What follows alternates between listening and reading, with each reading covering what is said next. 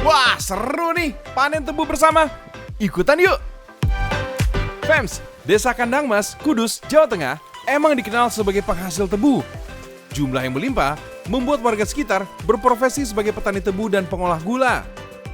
Kebanyakan tebu yang dipanen di sini adalah jenis tebu hitam atau tebu BR Fems. Jenis tebu yang satu ini dipilih karena memiliki kualitas terbaik dengan air gula yang cukup tinggi. Waktu panen tebu yang baik dilakukan saat musim panas, yaitu bulan Mei sampai September. Saat musim panas, kadar gula yang dihasilkan pada tebu bisa semakin tinggi, Fems. Anyway, buat kamu nih generasi 90-an, pasti tahu nih cara menyantap tebu. Emang gak sulit kok. Nyemilin tebu ini, tinggal kupas kulitnya. Terus gigit-gigit agar air gulanya keluar. Seger banget ya. Karena tebu mengandung gula, lumayan nih bisa ningkatin stamina tubuh. Apalagi setelah lelah panen tebu, bisa bikin gereng gitu deh. Setelah dipanen, tebu biasanya langsung diproses menjadi gula tumbuh. Kamu juga bisa loh, Fems, menyebutnya sebagai gula kandang mas, Fems. Biasanya produksi gula ini meneruskan jejak orang terdahulu mereka. Makanya desa ini dikenal sebagai pusat pembuatan gula tumbuh. Proses pembuatannya lumayan panjang, Fems. Tebu digiling agar bisa mengeluarkan airnya. Satu kali produksi dibutuhkan sekitar 8 truk tebu dengan waktu pembuatan sekitar 12-14 hari. Hasilnya bisa sekitar 25 tumbuh.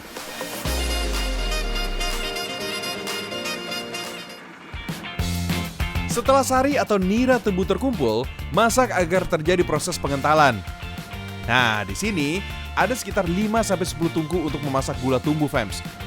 Uniknya, tungku diletakkan secara berjajar dengan tinggi yang berbeda. Jangan lupa, masukin juga gamping atau batu kapur agar gula bisa cepat mengeras. Nah, wadah yang berada di atas tungku berfungsi untuk memisahkan sari gula dari sisa ampasnya. Lihat tuh, ampas tebu bisa mengapung secara otomatis. Tinggal angkat dan buang. Praktis, gak perlu disaring segala, Fems. Oh iya, proses masak gula tumbuh ini masih dilakukan secara tradisional loh. Bahan bakar yang dipakai juga masih memanfaatkan ampas tebu. Nah, ini nih yang membuat Desa Kandang Mas jadi harum dengan aroma gula. Selama proses pemanasan, buih gula tebu juga harus dibuang agar tidak mempengaruhi mutu dari gula yang dihasilkan. Oh iya, proses pemanasan ini memakan waktu kurang lebih 3-4 jam loh. Wih, lama juga ya. Lama-kelamaan, nira tebu bisa berubah warna menjadi coklat. Setelah meletup-letup, tandanya gula tumbuh ini sudah matang dan bisa dituangkan ke dalam keranjang. Ini nih yang membuatnya disebut sebagai gula tumbuh. Wadah atau keranjang yang digunakan ini disebut tumbuh, Fems. Padahal gula tumbuh ini masih sama dengan gula merah atau gula Jawa. Fems, saat menuang adonan gula ini butuh waktu jeda sekitar 10 menit agar gula di dalam tumbuh bisa kering secara bertahap. Nah, kamu pasti gak nyangka kan? Satu tumbuh ini beratnya bisa mencapai sekitar 180 kg loh.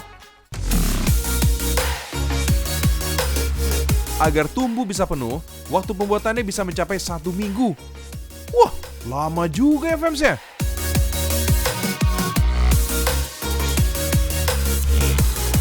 Kalau udah ngeras sih, gula ini bisa dikirim ke berbagai pabrik sekitar Jawa untuk diolah kembali menjadi kecap, petis, dan pemanis minuman. Pantesan aja ya, gula tumbuh ini ukurannya gede banget. Kalau dipakai untuk skala rumah tangga, satu tumbuh, wah ini juga belum tentu habis nih dalam waktu 1 tahun.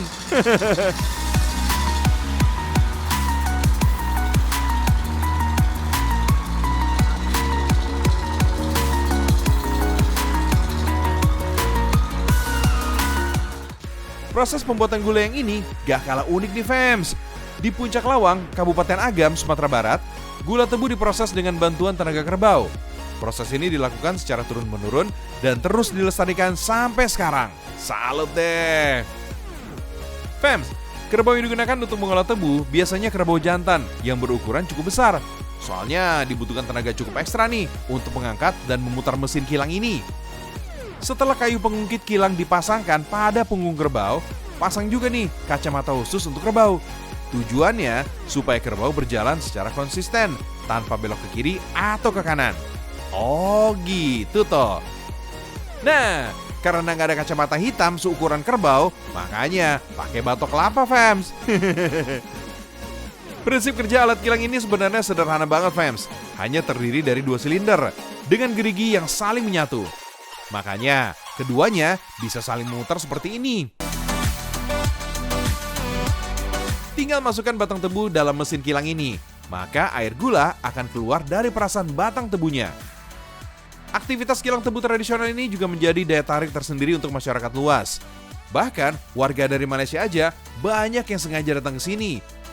Mereka suka protes kalau lagi nggak ada kerbau yang sedang bekerja.